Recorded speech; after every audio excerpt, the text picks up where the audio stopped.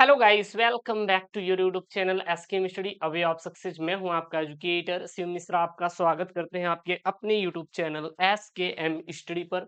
और यहां पे लेकर आए हैं क्लास 12 हिंदी का फुल पेपर सोल्यूशन। जी हाँ, इस वीडियो में आपको पूरा हिंदी का पेपर मिलने वाला, वो भी सॉल्व के साथ। देखिएगा, हम लोग हिंदी की तैयारी करते हैं। अच्छा, हिंदी की तैयारी कैसे करते हैं जरा आप बताइए। जरा गुरुदेव, कुछ नहीं करते, हम लोग मार्केट से लेते हैं क्वेश्चन बैंक, उसी को पढ़ते हैं। अब उस क्वेश्चन बैंक में होता क्या है, पिछले साल के पेपर का सोल्यूशन होता है। क्यों ना हम वो सर पिछले साल का पेपर ही तैयार कर ले जो बोर्ड में आने वाला है, तो हमारा पूरी तैयारी हो जाएगी। कोई दिक्कत भी नहीं होगी। बिल्कुल सर, वही करेंगे। चलिए सर, तो यहाँ पे हिंदी का है। हिंदी का ध्यान देना, जो आपका पेपर रहेगा सर, 100 नंबर का पेपर रहेगा। कितना नंबर का? 100 नंबर का। पास होने के लिए सर केवल केवल 33 नंबर की जरूरत पड़ेगी। 100 में कितना चाहिए? 33 नंबर अगर लेकर आएंगे तो आप क्या हो जाएंगे? पास हो जाएंगे। 3 घंटे 15 मिनट का आपको क्या दिया जाए? टाइम दिया जाएगा कि 3 घंटे 15 मिनट है। आराम से 3 घंटे 15 मिनट में आप प्रश्न को सॉल्व करिए। कुछ यहाँ पे निर्देश दिए गए हैं। निर्देश क्या क्या है, ध्यान देना। सबसे पहला निर्देश है कि प्रारंभ के जो 15 मिनट हैं, आपको प्रश्न पत्र पढ़ने के लिए क्या है सर, निर्धारित है।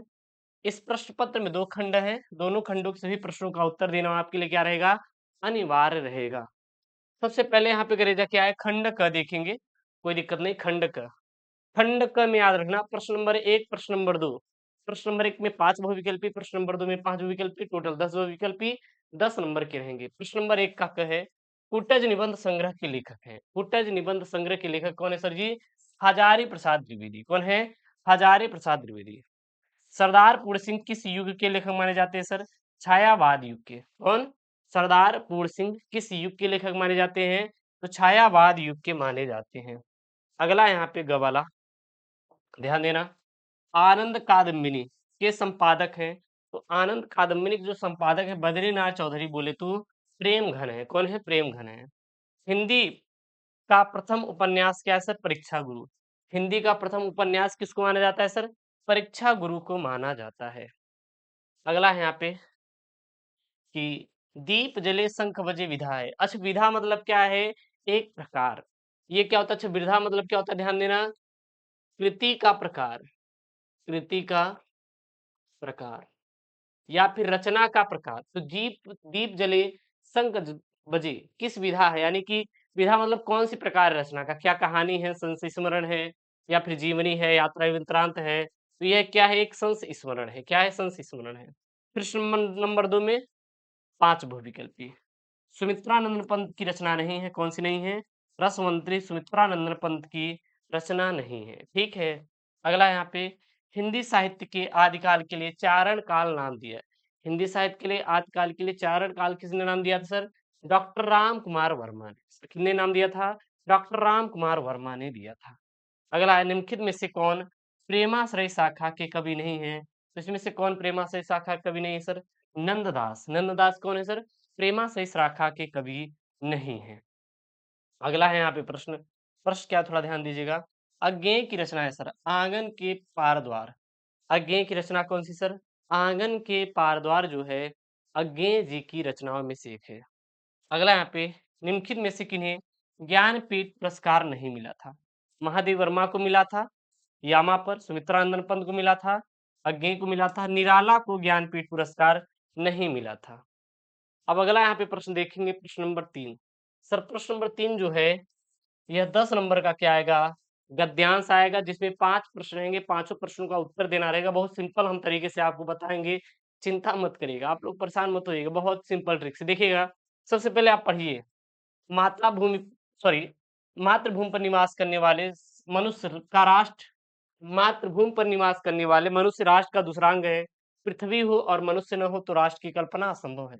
पृथ्वी और जल दोनों के सम्मिलन से ही राष्ट्र का स्वरूप संपादित होता है, जिनके कारण ही पृथ्वी मातृभूमि की संज्ञा प्राप्त करती है। और पृथ्वी माता है, जन सच्चे अर्थों में क्या है सर? पृथ्वी के पुत्र है। तो सबसे पहला सवाल, सर ये किस चैप्टर से लिया गया है?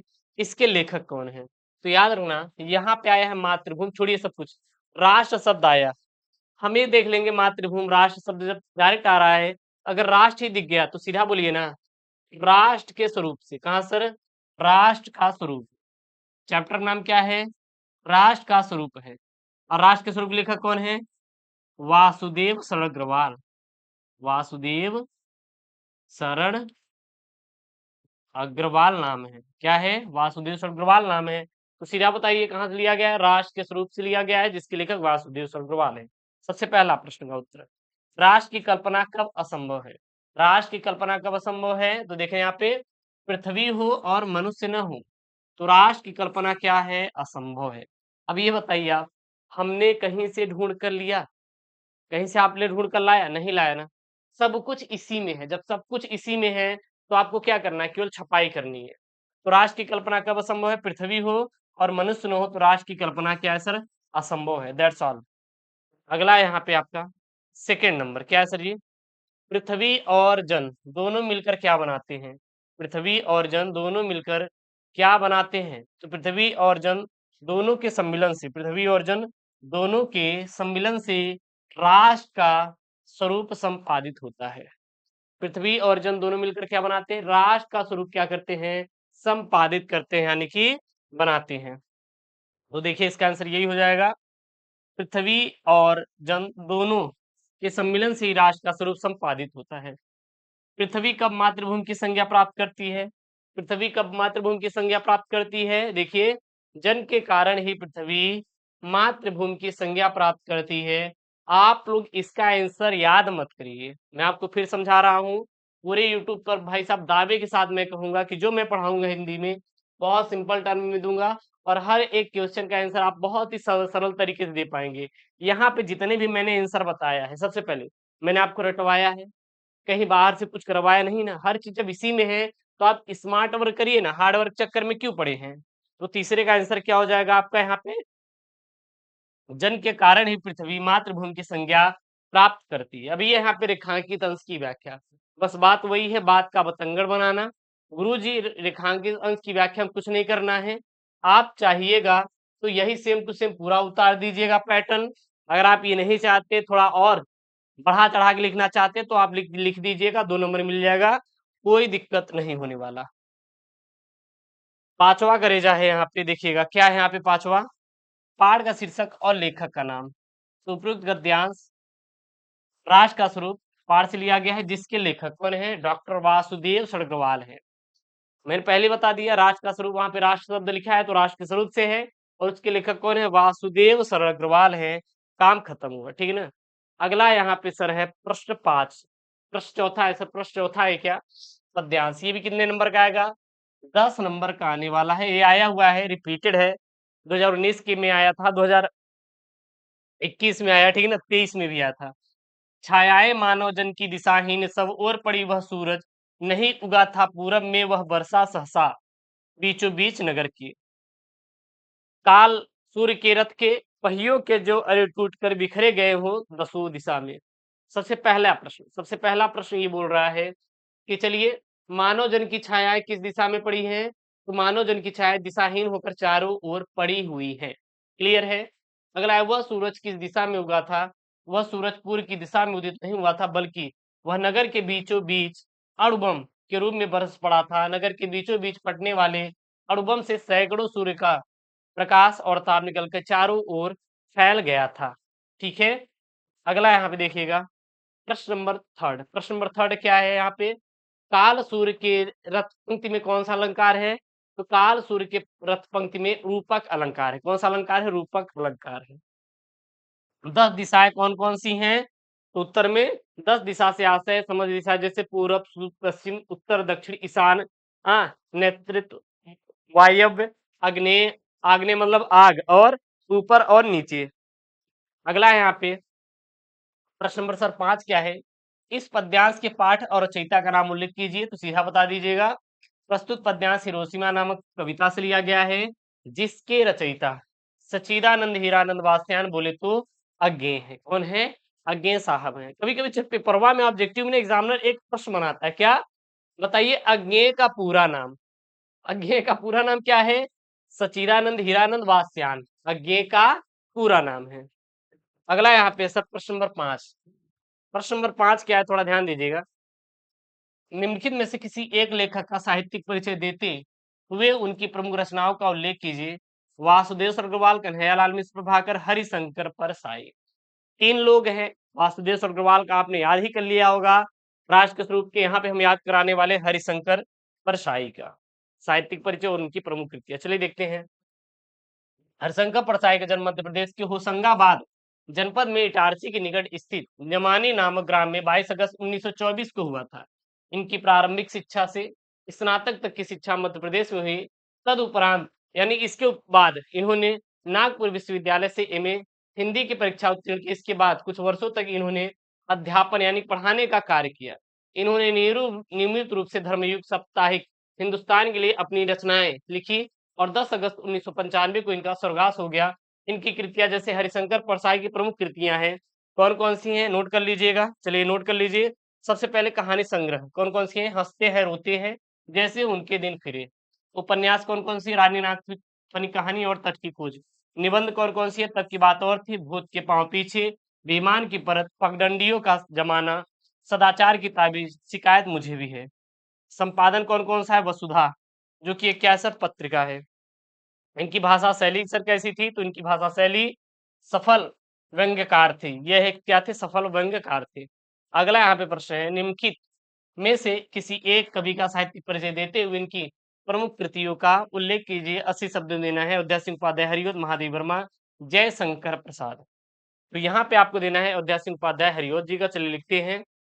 अयोध्या सिंह उपाध्याय हरिओद का जन्म 15 अप्रैल 1865 में आजमगढ़ जिले के निजामाबाद गांव में हुआ था। उनके पिता का नाम पंडित भोला सिंह और माता का नाम रुक्मणी देवी था। मिडिल परीक्षा उत्तीर्ण करने के पश्चात उन्होंने काशी के किंग्स कॉलेज में प्रवेश लिया, किंतु अस्वस्थता के कारण उन्हें बीच में ही अपना विद्यालय छोड़कर जाना पड़ा। तत्पश्चात उसके बाद उन्होंने घर से ही फारसी, अंग्रेजी, संस्कृत भाषाओं का अध्ययन किया और इनका विवाह आनंद कुमारी के साथ संपन्न हुआ। हरिऔध जी को सरकारी नौकरी मिल गई, वे कानूनगो हो गए और कानूनगो पद से अवकाश प्राप्त करके हरिऔध जी काशी हिंदू विश्वविद्यालय में अवैतनिक रूप से अध्यापन कार्य किया और हिंदी साहित्य सम्मेलन ने उन्हें एक बार सम्मेलन का सभापति बनाया और विद्यावाचस्पति की उपाधि से सम्मानित किया। सन 1947 में इन्हें निजामाबाद में इनका देहावसान हो गया। इनकी प्रमुख रचनाएं जैसे नोट कर लीजिए। नाटक प्रद्युम्न विजय, रुक्मणी परिणय। उपन्यास प्रेम कांता, ठेठ हिंदी का ठाठ, अधखिला फूल। काव्य प्रिय प्रवास और चोखे चौबदे। अगला है यहाँ पे प्रश्न नंबर 6। प्रश्न नंबर जो 6 है यहाँ पे बोला है ये कि चलिए बताइए बहादुर और लाठी कहानी का सारांश लिखिए।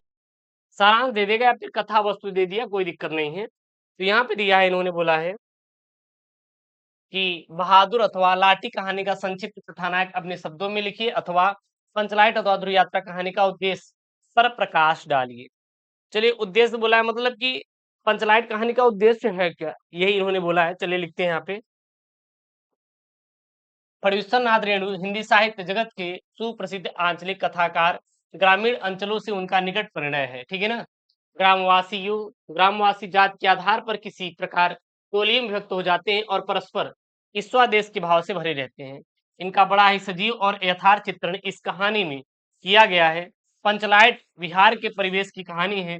कहानीकार ने ग्रामीण अंचल का वास्तविक चित्र खींचा है।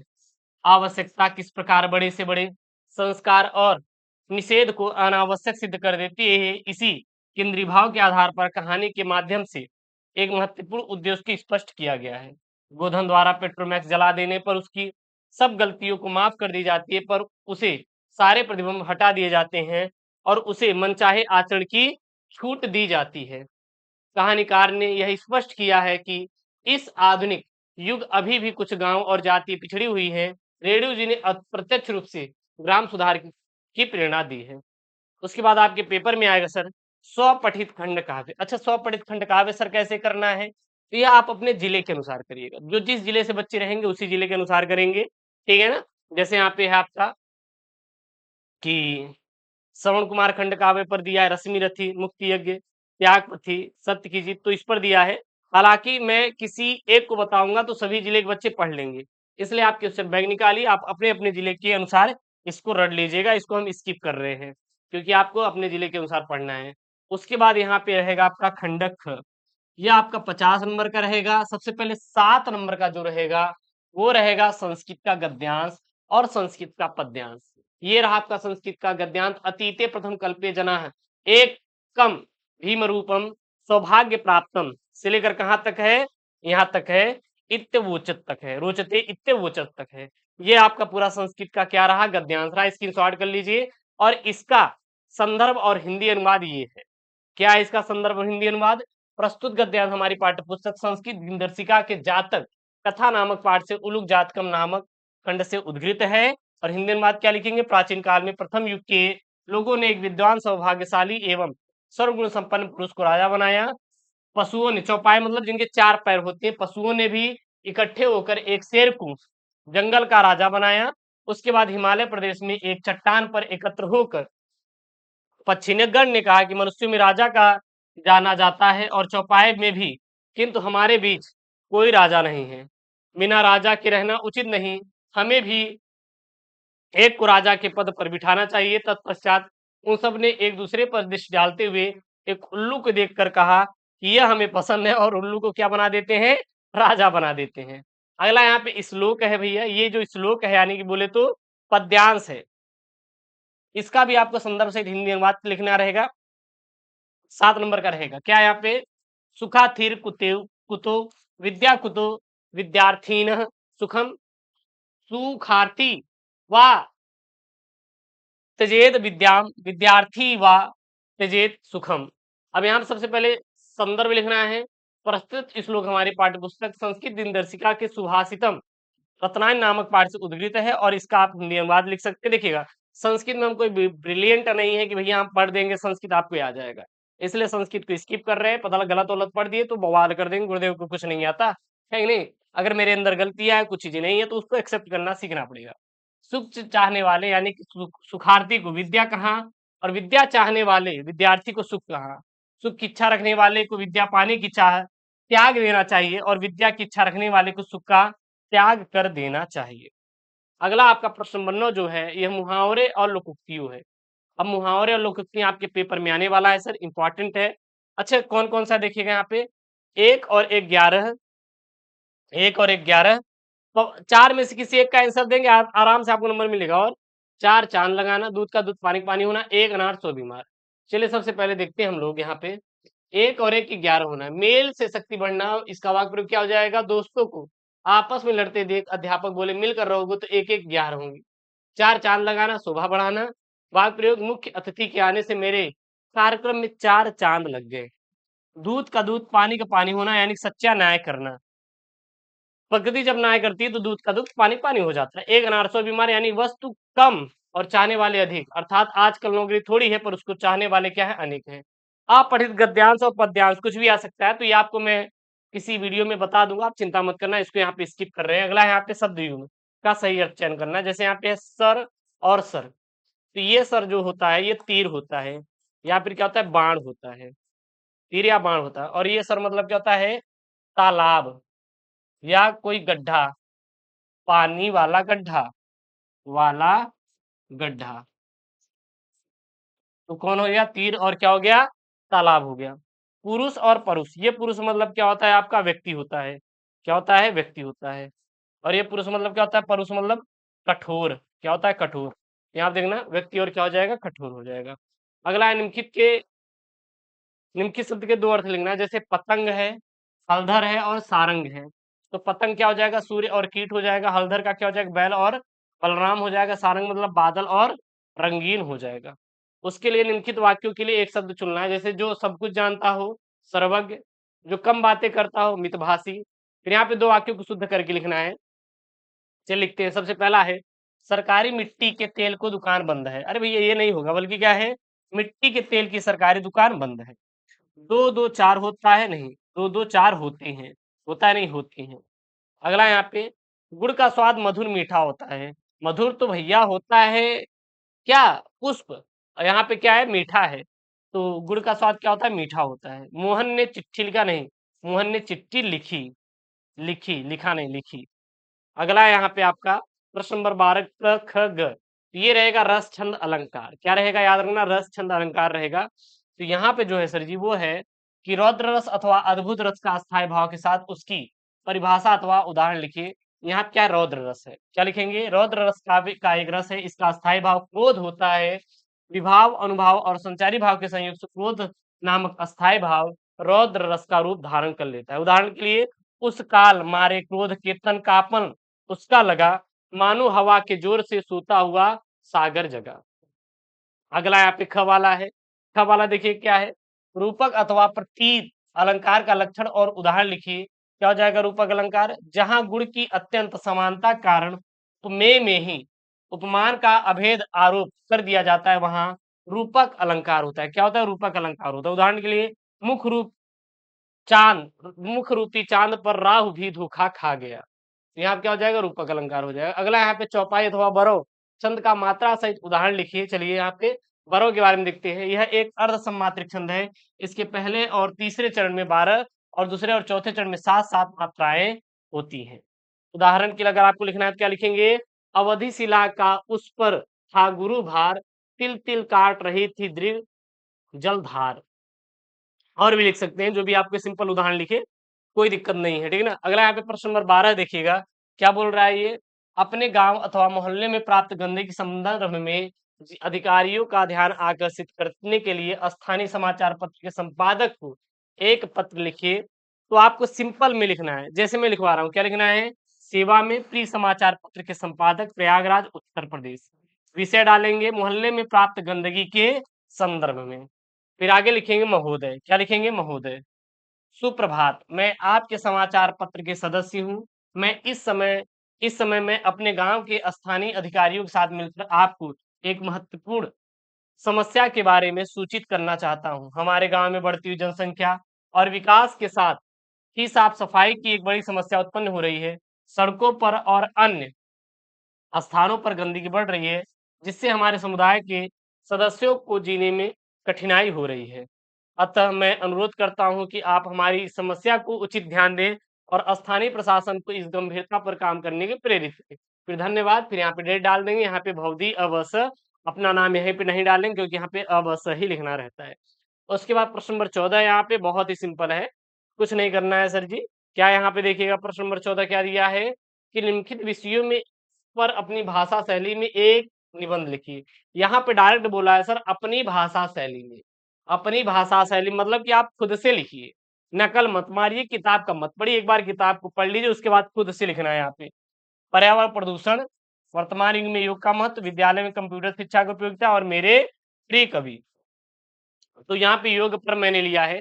अच्छा, लिखने का सबसे अच्छा तरीका क्या है, सबसे पहले आपको प्रस्तावना लिखना है कि योग के बारे में बताना है कि योग है क्या, योग के प्रॉफिट क्या है, ये बता देना है। जैसे कि योग जो समृद्धि और संतुलन की दिशा में एक प्राचीन भारतीय परंपरा है, वर्तमान युग में अपना अभूतपूर्व महत्व साबित कर रहा है। यह एक ऐसा आधुनिक माध्यम है जो शारीरिक, मानसिक और आध्यात्मिक स्वास्थ्य को संतुलित रखने में सहारा प्रदान करता है। और इस निबंध में हम वर्तमान युग में योग के महत्व का विश्लेषण करेंगे।